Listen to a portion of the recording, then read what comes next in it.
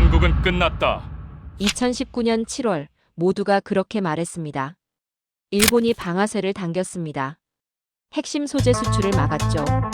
세계가 한국에게 등을 돌렸습니다. 런던의 한 분석가도 그중 한 명이었습니다. 한국은 6개월 내 무너질 것입니다. 데이터는 명확했습니다. 한국의 일본 의존도 92%. 대체 불가능. 삼성이 흔들렸습니다. 하이닉스가 무너졌습니다. 세계는 한국의 패배를 확신했습니다. 그런데 2020년 1월 한국의 CEO들이 세계 앞에 섰습니다. 10조 원을 투자합니다. 새로운 생태계를 만듭니다. 엔비디아가 한국과 독점 계약을 체결했습니다. 제네바에서 30개국이 모였습니다. 안건은 하나였죠. 한국을 세계 표준으로 인정할 것인가? 투표 결과 찬성 23개국.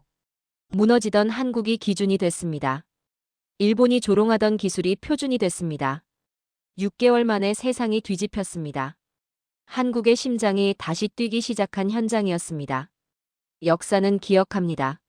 한 나라가 절벽 끝에 몰렸던 순간을요.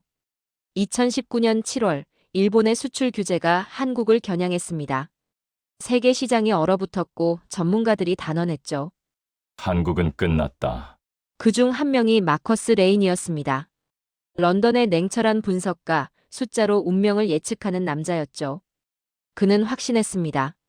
하지만 그가 본 건 붕괴가 아니었습니다. 인류 산업사의 길이 남을 반전이었죠. 2019년 7월 1일 아침, 도쿄에서 발표가 터졌습니다. 일본이 한국으로 가는 반도체 핵심 소재 수출을 제한한다고 선언했죠. 불화수소, 포토레지스트, 플루오린 폴리이미드. 이 세 가지가 없으면 반도체 라인은 단 하루도 버티지 못합니다. 런던 사무실의 모니터들이 일제히 붉게 물들었습니다. 서울 지수가 무너져 내리고 있었죠. 삼성전자가 폭락했습니다. SK 하이닉스도 추락했습니다. 저는 즉시 보고서를 작성했습니다. 한국 반도체 산업 6개월 내 붕괴 시나리오. 데이터는 명확했습니다. 한국 소재 자급률 0.3%. 일본 의존도 92%. 이건 전쟁이 아니었습니다. 일방적인 학살이었죠. 나는 그 숫자 앞에서 확신했습니다. 한국은 끝났다고요. 나흘 뒤 CNN 스튜디오였습니다. 카메라 앞에서 저는 단호하게 말했습니다. 한국은 공급망 끝단 조립 국가일 뿐입니다. 핵심 기술은 없었죠. 게임은 끝났습니다. 스튜디오를 나서면서도 제 확신은 흔들리지 않았습니다. 25년간 저는 수십 개 국가의 산업 붕괴를 예측해왔습니다. 저는 틀린 적이 없었습니다. 일주일 뒤 늦은 밤, 메일함에 문서가 떨어졌습니다. 솔텍 태스크포스 마이너스 이머전시 리스판스. 저는 피식 웃었습니다. 위기 때마다 정부들이 만드는 형식적 조직 말입니까? 문서를 열어봤습니다. 한국 정부가 산업부, 과기정통부, 중기부를 통합해 24시간 비상체제 가동. 100개 기업의 긴급 자금 투입. 저는 고개를 저었습니다. 이 작은 국가가 이 위기를 어떻게 넘어서겠다는 거지? 소재 기업 리스트를 확인했습니다. 솔브레인, 동진세미캠, 램테크놀로지. 들어본 적도 없는 이름들이었습니다. 시장 점유율 1%도 안 되는 기업들이었죠. 2주가 흘렀습니다. 한국 주가는 바닥을 기고 있었습니다. 제 예측대로였죠. 그런데 8월 중순, 작은 뉴스가 눈에 띄었습니다. 소재 기업, 불화수소 테스트 생산 성공. 저는 코웃음 쳤습니다. 테스트는 누구나 합니다. 진짜는 양산이죠. 하지만 그때부터 묘한 일들이 벌어졌습니다. 제가 매일 확인하는 글로벌 반도체 수율 그래프가 있습니다. 한국 라인 평균 수율이 7월 75%에서 위기 직후 60%로 급락했었죠. 그런데 8월 말 데이터를 보는 순간 제 손이 멈췄습니다. 수율이 올라가고 있었습니다. 60에서 65로. 일주일 뒤 70. 2주 뒤 75를 회복했습니다. 9월 초엔 85%를 찍었죠. 통계 오류입니까? 동료 리처들을 불렀습니다. 이 데이터 검증 좀 해봐. 30분 뒤 그가 답했습니다. 오류 아니야. 실제 데이터야. 한국이 정말로 수율을 끌어올리고 있어. 믿을 수 없었습니다. 소재가 바뀌면 공정 전체를 재조정해야 합니다. 최소 6개월 걸리는 작업이죠. 2달 만에요. 그날 밤 혼자 사무실에 남았습니다. 모니터 불빛만이 어둠 속에서 제 얼굴을 비추고 있었죠. 붉은 선이 천천히 그러나 확실하게 올라가고 있었습니다. 60에서 85로. 매일 알림이 떴습니다. 국산 소재 양산 체제 진입 마이너스 19개 품목 동시 가동. 저는 얼어붙었습니다. 19개 품목? 동시에요? 솔브레인이 불화수소 양산 라인을 가동했습니다. 동진 세미캠이 포토레지스트 공급을 시작했죠. 석 달 전만 해도 이름조차 몰랐던 회사들이었습니다. 25년간 쌓아온 제 모든 확신이 흔들렸습니다. 아니, 제가 흔들리고 있었습니다. 창밖으로 템스강이 고요히 흐르고 있었습니다. 저는 중얼거렸죠. 한국이 뭔가를 하고 있어. 다음 날 아침, 저는 항공권을 예약했습니다. 런던에서 인천으로. 동료들이 물었습니다. 왜 직접 가? 데이터가 이상해. 하지만 진짜는 두려움이었습니다. 제 25년 경력이 틀렸을지 모른다는 두려움이었죠. 출발 전날 밤. 마지막으로 그래프를 확인했습니다. 한국 라인 수율은 여전히 올라가고 있었습니다. 88%. 저는 모니터를 껐습니다. 그리고 어둠 속에서 조용히 말했습니다. 서울아, 내 진짜 얼굴을 보여줘. 인천행 비행기가 이륙했습니다. 창밖으로 런던의 불빛들이 점점 작아지고 있었죠. 11시간의 비행. 저는 그 시간 동안 노트북을 열지 않았습니다. 그저 창밖만 바라보고 있었죠. 25년 만에 처음이었습니다. 데이터를 의심하게 된 게 말입니다. 아니, 정확히 말하면 제 자신을 의심하고 있었던 겁니다. 비행기가 한반도 상공에 진입했습니다. 새벽녘이었죠. 창밖으로 내려다본 서울의 불빛들. 그 불빛들이 마치 살아 숨쉬는 것처럼 보였습니다. 저 아래서 도대체 무슨 일이 벌어지고 있는 거지? 인천공항에 착륙했습니다. 공항 내부로 들어서는 순간 저는 뭔가 다르다는 걸 느꼈습니다. 질서정연한 움직임, 빠른 속도. 이 나라의 공기가 달랐습니다. 호텔로 가는 차 안에서 저는 계속 밖을 바라봤습니다. 고속도로를 달리는 수많은 차들. 24시간 불이 켜진 공장들. 새벽인데도 멈추지 않는 이 도시의 심장 소리가 들렸습니다. 호텔에 체크인하자마자 저는 노트북을 켰습니다. 실시간 데이터를 확인했죠. 한국 라인의 수율은 여전히 올라가고 있었습니다. 이제 90%를 넘어섰더군요. 그래프는 오르는데 내 심장은 불안하게 내려앉았습니다. 다음 날 아침. 한국산업통상자원부 관계자와의 미팅이 잡혀 있었습니다. 세종시의 한 회의실이었죠. 회의실에 들어서자 스크린에 자료들이 띄워져 있었습니다. 소재 국산화 비상 대응 현황. 담당 국장이 설명을 시작했습니다. 7월 4일 규제 발표 직후 우리는 즉시 움직였습니다. 24시간 비상체제를 가동했죠. 정부, 기업, 연구소가 하나로 움직였습니다. 저는 물었습니다. 그래서 실제 성과가 있었습니까? 국장이 그래프를 띄웠습니다. 19개 핵심 품목 중 15개가 양산 단계에 진입했습니다. 불화수소는 이미 99.999% 순도를 달성했죠. 저는 숨이 멎는 것 같았습니다. 99.999%라고요? 그건 일본 제품과 동급입니다. 검증은 완료됐습니까? 삼성과 하이닉스 라인에서 이미 테스트 중입니다. 수율은 예상을 뛰어넘고 있죠. 나는 확신을 지키려 했지만 데이터가 그걸 깨기 시작했습니다. 회의를 마치고 나왔습니다. 세종시 거리를 걸으며 저는 생각에 잠겼습니다. 이건 정말 가능한 일인가? 그날 오후 경기도 화성에 있는 한 소재 기업을 방문했습니다. 솔브레인이었죠. 석 달 전만 해도 이름조차 몰랐던 회사였습니다. 공장 앞에 섰습니다. 거대한 클린룸 건물이 눈앞에 있었죠. 저 안에서 진짜로 일본 수준의 불화수소를 만들고 있다는 건가? 공장장이 저를 안내했습니다. 클린룸 투어였죠. 방진복을 입고 들어갔습니다. 라인이 돌아가고 있었습니다. 기계들이 정확하게 쉼없이 움직이고 있었죠. 모니터에는 실시간 순도가 표시되고 있었습니다. 99.9994%. 공장장이 말했습니다. 3개월 전만 해도 우린 70% 수준이었습니다. 불가능하다고들 했죠. 하지만 우리 엔지니어들은 밤낮 없이 매달렸습니다. 선택지가 없었으니까요. 그의 눈빛이 저를 관통했습니다. 멈추면 죽으니까요. 저는 말문이 막혔습니다. 클린룸을 나와 공장 옥상으로 올라갔습니다. 멀리 삼성 반도체 공장이 보였죠. 거대한 건물들, 24시간 돌아가는 라인들. 서울의 수치가 나를 조롱했습니다. 그날 밤 호텔로 돌아왔습니다. 노트북을 열고 새로운 데이터를 분석했습니다.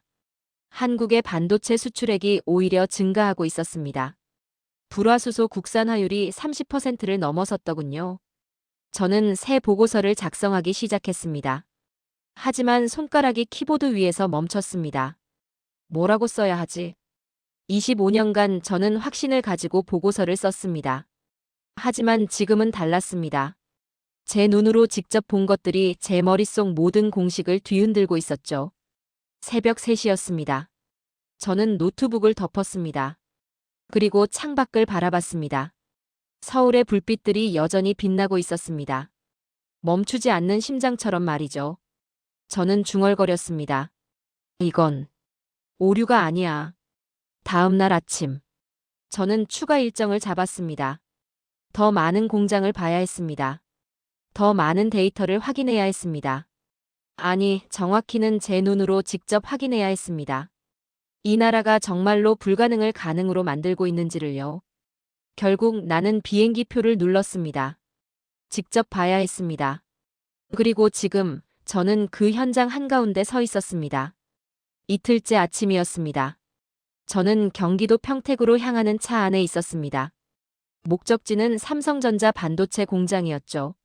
세계 최대 규모의 반도체 생산 라인. 그곳에서 국산 소재가 실제로 사용되고 있다는 보고를 직접 확인하러 가는 길이었습니다. 차창 밖으로 거대한 공장 단지가 보이기 시작했습니다. 끝이 보이지 않을 만큼 거대한 건물들. 24시간 쉬지 않고 돌아가는 반도체 제국의 심장이었죠. 서울의 공기가 금속처럼 날카로웠습니다. 그리고 그 열기가 진짜였습니다. 공장 정문을 통과했습니다. 보안 검색을 거쳐 클린룸 준비실로 안내됐죠. 방진복으로 온몸을 감쌌습니다. 마스크를 쓰고 장갑을 끼고 신발까지 갈아 신었습니다. 에어 샤워를 거쳐 클린룸 안으로 들어섰습니다. 그 순간 저는 숨이 멎었습니다. 수백 대의 장비들이 정확한 리듬으로 움직이고 있었습니다. 로봇 팔들이 웨이퍼를 옮기고 있었죠. 모니터들에는 실시간 공정 데이터가 흐르고 있었습니다. 라인이 살아 있었습니다. 삼성 관계자가 설명을 시작했습니다. 이 라인은 8월 중순부터 국산 불화수소를 사용하고 있습니다. 포토레지스트도 9월부터 국산으로 전환했죠. 저는 물었습니다. 수율은 어떻습니까? 관계자가 모니터를 가리켰습니다. 실시간으로 확인하실 수 있습니다. 화면에 숫자가 떠올랐습니다. 97.2%. 저는 그 자리에 얼어붙었습니다. 97%라고요? 일본 소재를 사용할 때보다 오히려 높은 수치였습니다. 검증은 끝난 겁니까? 3개월간 테스트했습니다. 초기엔 불안정했죠. 하지만 소재 기업들과 24시간 협업했습니다. 미세한 조정을 수백 번 반복했습니다. 그리고 지금 보시는 것처럼 안정화됐습니다. 모니터에서 보던 그래프가 지금 내 눈앞에서 움직이고 있었습니다. 저는 라인을 따라 천천히 걸었습니다. 각 공정마다 멈춰서서 데이터를 확인했죠. 증착, 식각, 세정, 검사. 모든 단계가 완벽하게 작동하고 있었습니다.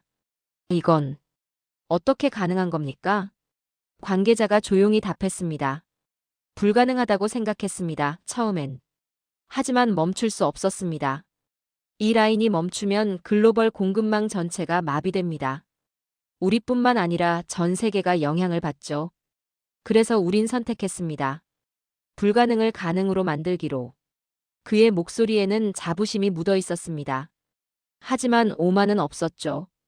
그저 해낼 수밖에 없었다는 담담함이었습니다. 다음 공정으로 이동했습니다. HBM 패키징 라인이었죠. 여기서도 국산 소재가 사용되고 있었습니다. 그리고 수율은 여전히 97%를 유지하고 있었습니다. 저는 한 엔지니어에게 물었습니다. 일본 소재와 비교했을 때 차이가 있습니까? 엔지니어가 고개를 저었습니다. 초기엔 미세한 편차가 있었습니다. 하지만 지금은 오히려 더 안정적입니다. 소재 기업들이 우리 피드백에 즉각 반응하거든요. 일본 기업들은 그렇게 빠르게 움직이지 않았습니다. 이건 대체 어떤 국가가 이룰 수 있는 속도란 말입니까? 클린룸을 나왔습니다. 회의실에서 추가 브리핑을 받았죠. 스크린에 자료가 띄워졌습니다. 소재 국산화 현황 및 향후 계획. 프레젠테이션이 시작됐습니다. 불화수소 국산화율 50% 돌파. 포토레지스트 40%. 플루오린 폴리이미드 35%. 그래프가 가파르게 상승하고 있었습니다. 석 달 만에 이룬 성과였죠. 연말까지 70% 이상을 목표로 하고 있습니다. 저는 손으로 얼굴을 감쌌습니다. 25년간 제가 믿어온 모든 이론이 무너지고 있었습니다. 기술 이전 없이 순수 자체 개발입니까? 네. 역설계도 아닙니다. 우리만의 공정을 새로 개발했죠. 일부는 일본 제품보다 순도가 높습니다. 이건 모방이 아니었습니다. 창조였습니다. 회의실을 나왔습니다. 복도 창문으로 공장 전경이 내려다 보였죠. 수십 개의 거대한 건물들. 그 안에서 수만 명이 24시간 일하고 있었습니다. 저는 유리창에 이마를 댔습니다. 차가운 유리가 제 흥분을 식혀주는 것 같았죠. 나는 뭘 본 거지? 그날 저녁, 서울 시내 한 호텔에서 기자회견이 있었습니다.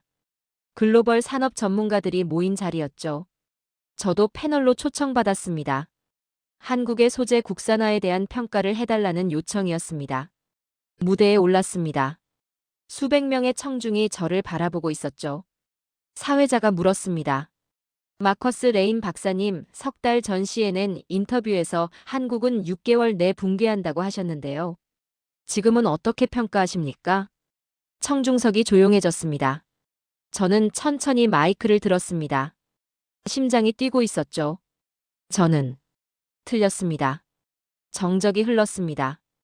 25년간 저는 데이터로 산업을 분석해왔습니다. 그리고 그 데이터는 한국의 붕괴를 말하고 있었죠. 하지만 제가 놓친 게 있었습니다. 저는 숨을 깊이 들이마셨습니다. 의지였습니다. 한국은 단순히 기술을 개발한 게 아닙니다. 불가능을 거부했습니다. 정부, 기업, 연구소, 엔지니어들이 하나로 움직였죠. 24시간 멈추지 않고 달렸습니다. 그 속도는 제 모든 예측 모델을 뛰어넘었습니다. 청중석에서 웅성거림이 일었습니다. 저는 오늘 삼성 라인을 봤습니다. 97% 수율을 확인했죠. 이건 단순한 회복이 아닙니다. 진화입니다. 나는 방금 산업의 심장을 봤습니다.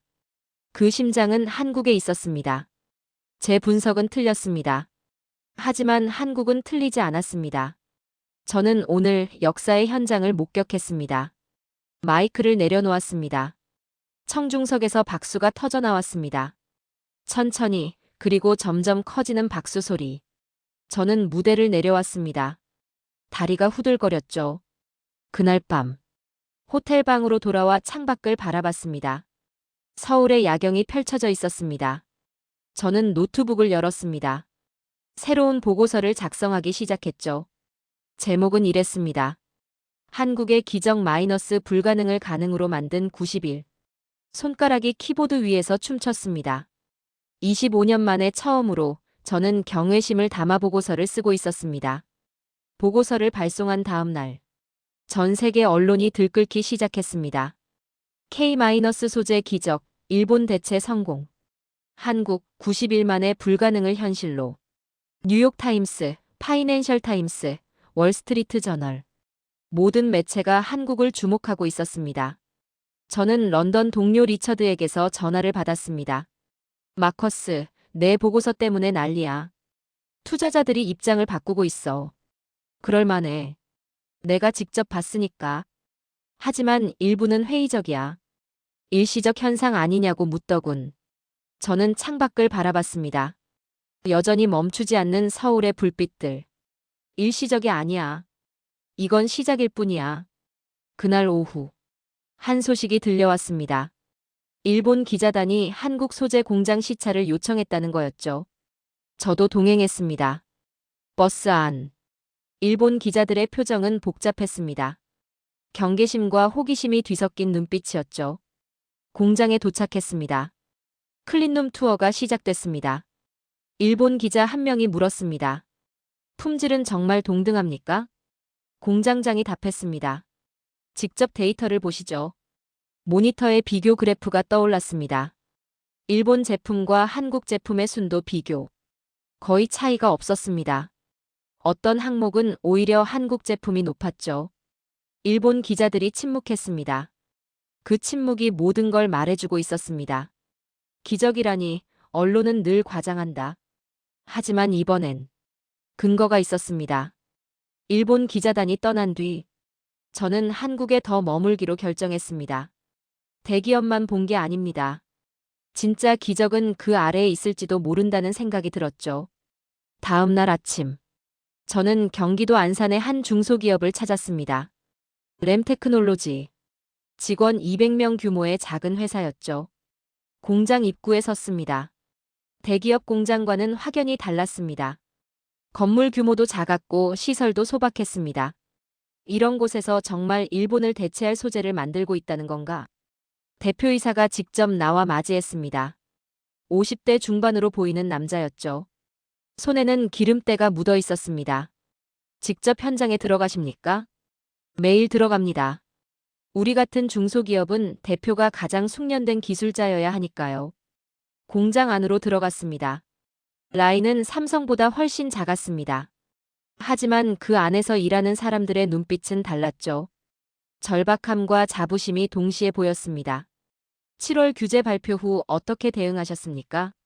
대표가 한 엔지니어를 가리켰습니다. 저 친구가 3개월간 집에 못 갔습니다.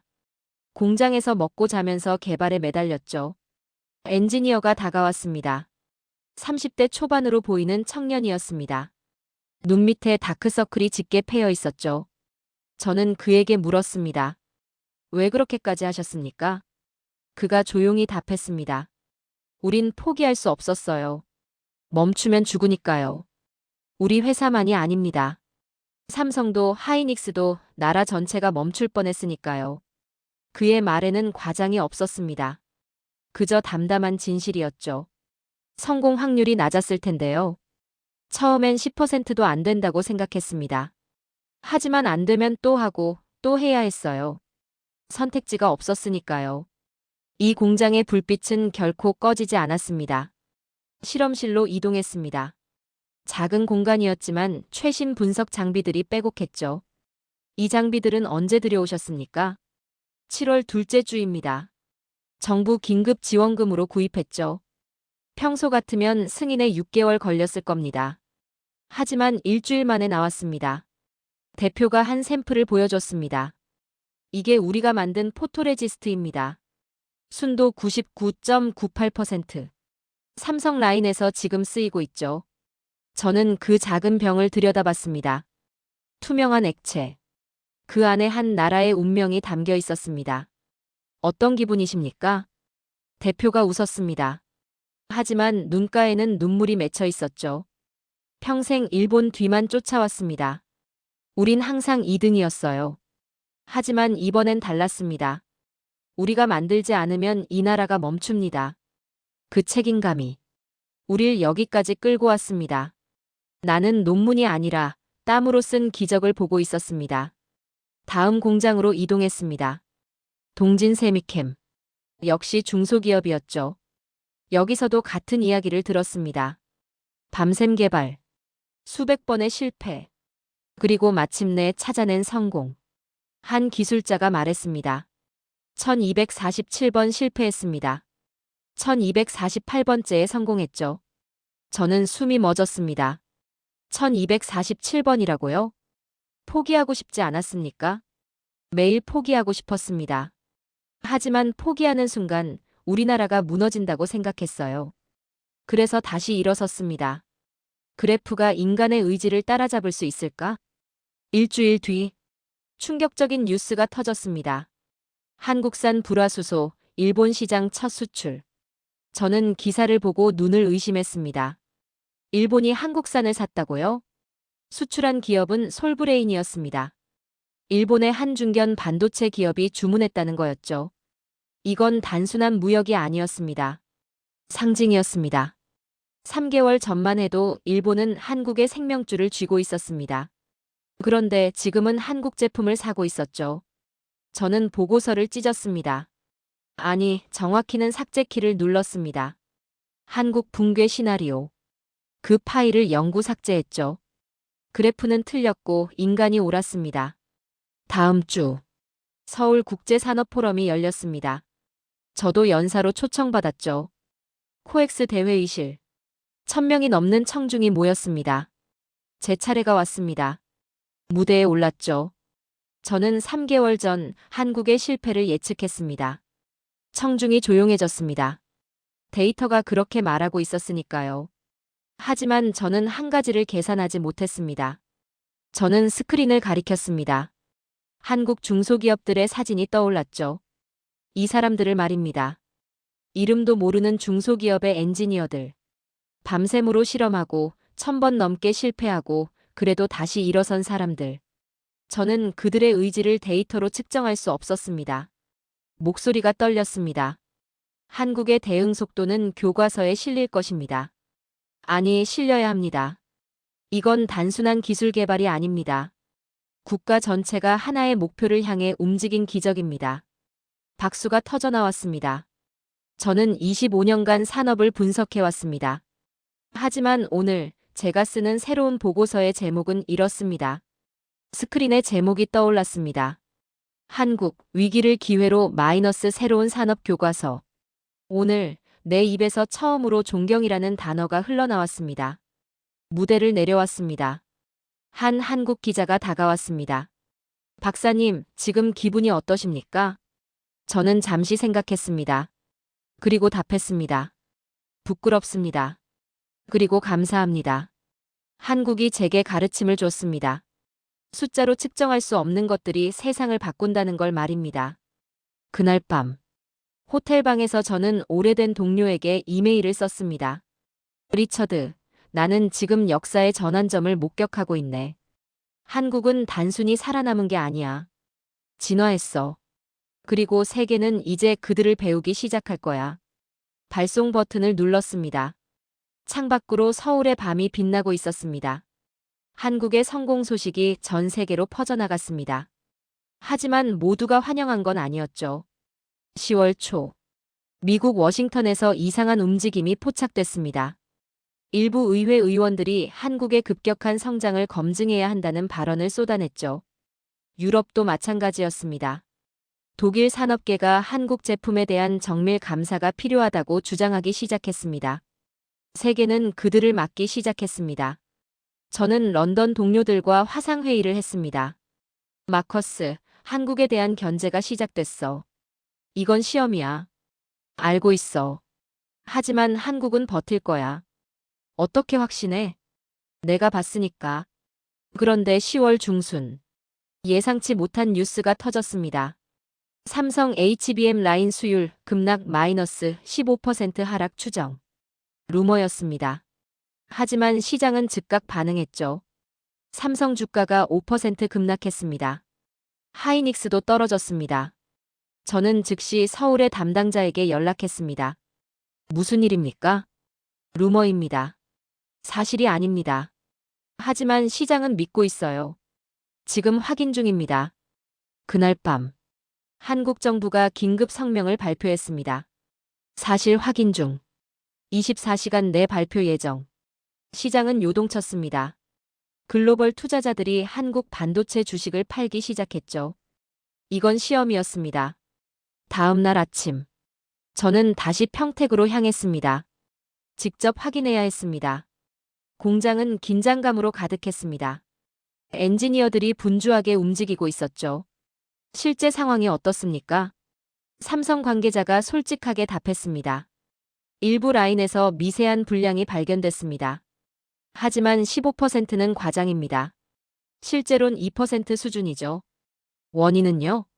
새로운 배치의 소재에서 미세한 편차가 있었습니다. 지금 소재 기업들과 24시간 공조 중입니다. 저는 클린룸으로 들어갔습니다. 라인은 여전히 돌아가고 있었습니다. 멈추지 않았습니다. 한 엔지니어가 말했습니다. 멈추지 않는다. 그게 한국의 방식입니다. 그날부터 72시간. 저는 공장에 머물렀습니다. 소재 기업 기술자들이 삼성 공장으로 달려왔습니다. 밤샘 회의가 이어졌죠. 데이터 분석, 샘플 테스트, 공정 미세 조정. 48시간째. 첫 개선 신호가 보였습니다. 수율이 올라가기 시작했죠. 60시간째. 정상 수준을 회복했습니다. 72시간째. 발표가 나왔습니다. HBM 라인 수율 98% 달성 마이너스 루머 완전 해소. 저는 그 순간을 지켜봤습니다. 엔지니어들이 환호했습니다. 하지만 그 환호 속에는 안도가 섞여 있었죠. 위기는 그들의 연료였습니다. 기자회견장. 삼성 반도체 사장이 단상에 섰습니다. 72시간 만에 문제를 해결했습니다. 이건 우리만의 힘이 아닙니다. 소재 기업, 정부, 연구소가 하나로 움직였습니다. 한국의 반도체 생태계가 얼마나 강한지 보여드렸습니다. 청중석에서 박수가 터졌습니다. 저도 손뼉을 쳤습니다. 그리고 중얼거렸습니다. 72시간. 그들은 불가능을 숫자로 증명했다.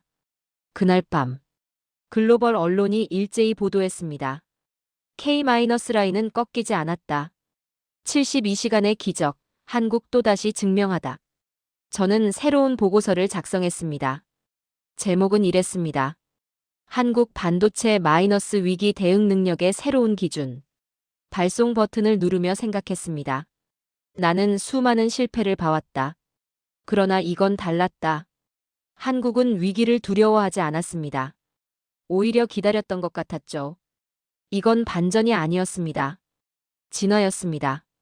11월 첫째 주. 세계를 뒤흔드는 발표가 터졌습니다. 엔비디아 CEO 젠슨 황이 직접 나섰습니다. 우리는 삼성과 하이닉스의 HBM을 독점 공급받기로 계약했습니다. 이어서 마이크로소프트, 구글, 아마존, 빅테크 기업들이 줄줄이 한국과 계약을 체결했습니다. 저는 그 뉴스를 보며 중얼거렸습니다. 세계는 이제 한국에 의존한다. 이건 단순한 시장 변화가 아니었습니다. 문명의 이동이었죠. 며칠 뒤 도쿄에서 이상한 침묵이 흘렀습니다.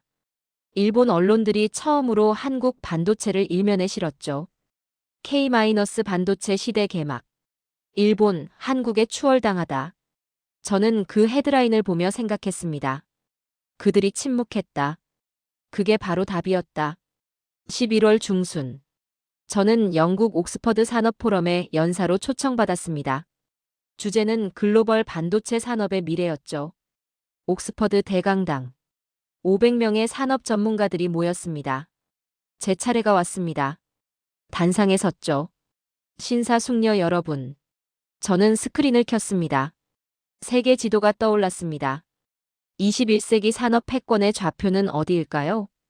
지도 위에 한 점이 빛났습니다. 서울. 바로 여기입니다. 청중석이 술렁였습니다. 3개월 전만 해도 저는 한국의 붕괴를 예측했습니다. 하지만 지금 저는 말합니다. 21세기 반도체 산업의 중심은 서울입니다. 서울의 불빛은 이제 세계의 기준을 비춥니다. 한국은 단지 기술을 개발한 게 아닙니다. 위기 대응의 교본을 새로 썼습니다. 정부, 기업, 연구소가 72시간 만에 하나로 움직이는 시스템. 1247번 실패해도 다시 일어서는 엔지니어들. 이게 한국의 힘입니다. 목소리에 힘을 실었습니다. 저는 25년간 보고서를 써왔습니다. 오늘 한 문장만 남깁니다. 한국이 기준이다. 정적이 흘렀습니다. 그리고 박수가 터져나왔습니다. 무대를 내려오는데 한 독일 교수가 다가왔습니다. 마커스, 자네 정말 그렇게 생각하나?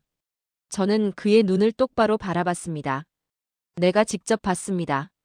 이건 과장이 아닙니다. 현실입니다. 다음 주 CNN이 저를 스페셜 인터뷰에 초청했습니다. 뉴욕 스튜디오였죠.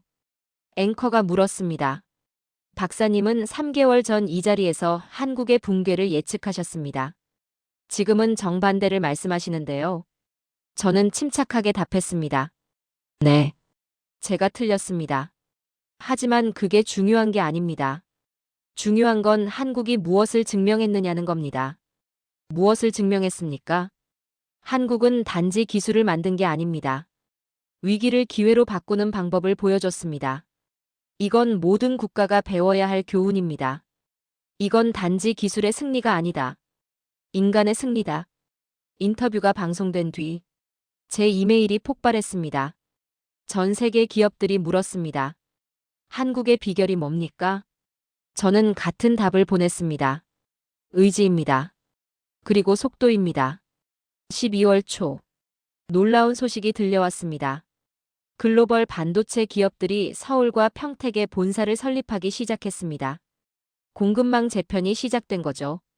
중심이 이동하고 있었습니다. 서쪽에서 동쪽으로. 저는 런던 사무실 창가에 서서 생각했습니다. 세계의 심장은 이제 여기가 아니야. 서울에 있어. 그날 저녁. 저는 새로운 보고서를 작성했습니다. 제목은 간단했습니다. 코리어, 더 뉴 스탠더드. 마지막 문장을 적었습니다. 역사는 더 이상 서쪽에서 시작되지 않는다.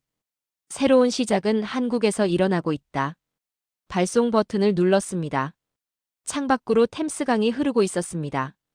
하지만 제 마음은 이미 서울을 향하고 있었죠. 나는 오늘 역사의 현장을 목격했다. 그리고 그 현장은 서울이었다. 2020년 1월. 새해가 밝았습니다. 하지만 한국은 멈추지 않았습니다. 서울 코엑스. 거대한 기자회견장이 열렸습니다. 삼성, 현대, LG 세 거대 기업의 CEO가 나란히 섰습니다. 저도 그 자리에 있었습니다. 삼성 반도체 사장이 먼저 입을 열었습니다. 우리는 오늘 새로운 선언을 합니다. HBM, 배터리, 로봇을 하나의 생태계로 통합합니다. 현대차 사장이 이었습니다. AI 로봇 산업에 10조 원을 투자합니다. LG 사장이 마무리했습니다. 2025년까지 차세대 반도체 기반 로봇 시스템을 완성합니다. 저는 그 순간 깨달았습니다. 그들은 멈추지 않는다. 발전이 아니라 진화다. 이건 산업이 아니었습니다. 문명이었죠. 1월 말. 제네바 국제 반도체 협회 본부. 세계표준위원회가 긴급 회의를 소집했습니다. 안건은 하나. K-라인 규격의 국제표준 채택 여부. 저는 자문위원으로 참석했습니다. 회의실. 30개국 대표들이 모였습니다. 의장이 말했습니다. 한국의 반도체 공정이 새로운 기준이 되어야 한다는 제안입니다. 독일 대표가 반대했습니다. 너무 성급합니다. 미국 대표도 우려를 표했습니다.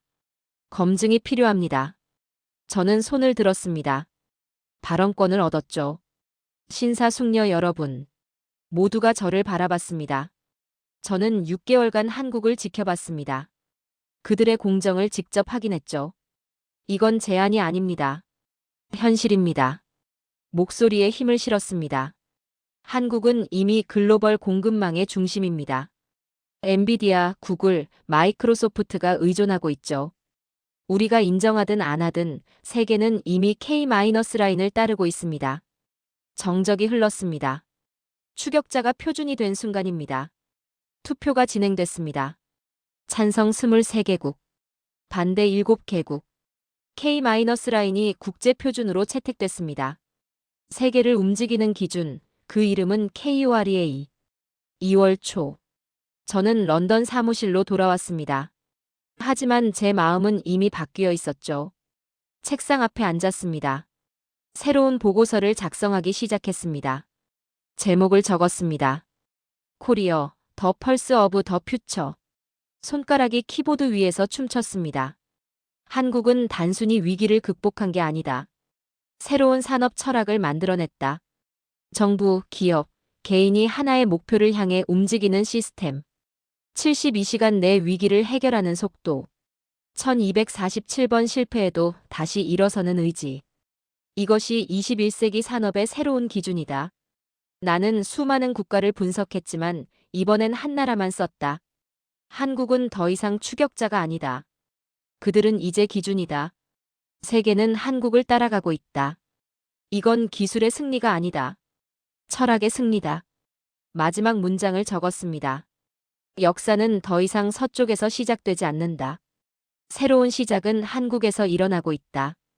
보고서를 완성했습니다. 전 세계 2,000개 기관에 발송했습니다. 그리고 조용히 의자에 기댔습니다.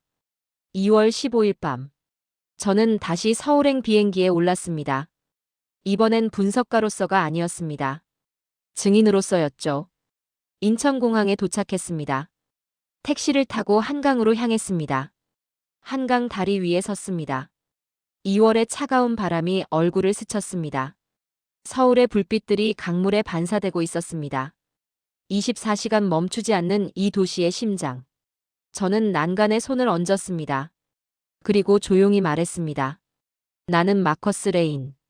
25년간 세계 산업의 흥망을 예측해온 분석가였다. 그러나 한국 앞에서 예측은 무의미했다. 그들은 위기를 자양분 삼아 진화를 이뤘고 세계는 그들을 바라보며 새로운 좌표를 찍었다. 눈을 감았습니다. 나는 이제 안다. 세계는 한국을 분석할 수 없다. 단지 배울 뿐이다. 한강의 바람이 거세게 불었습니다. 하지만 서울의 불빛은 꺼지지 않았습니다.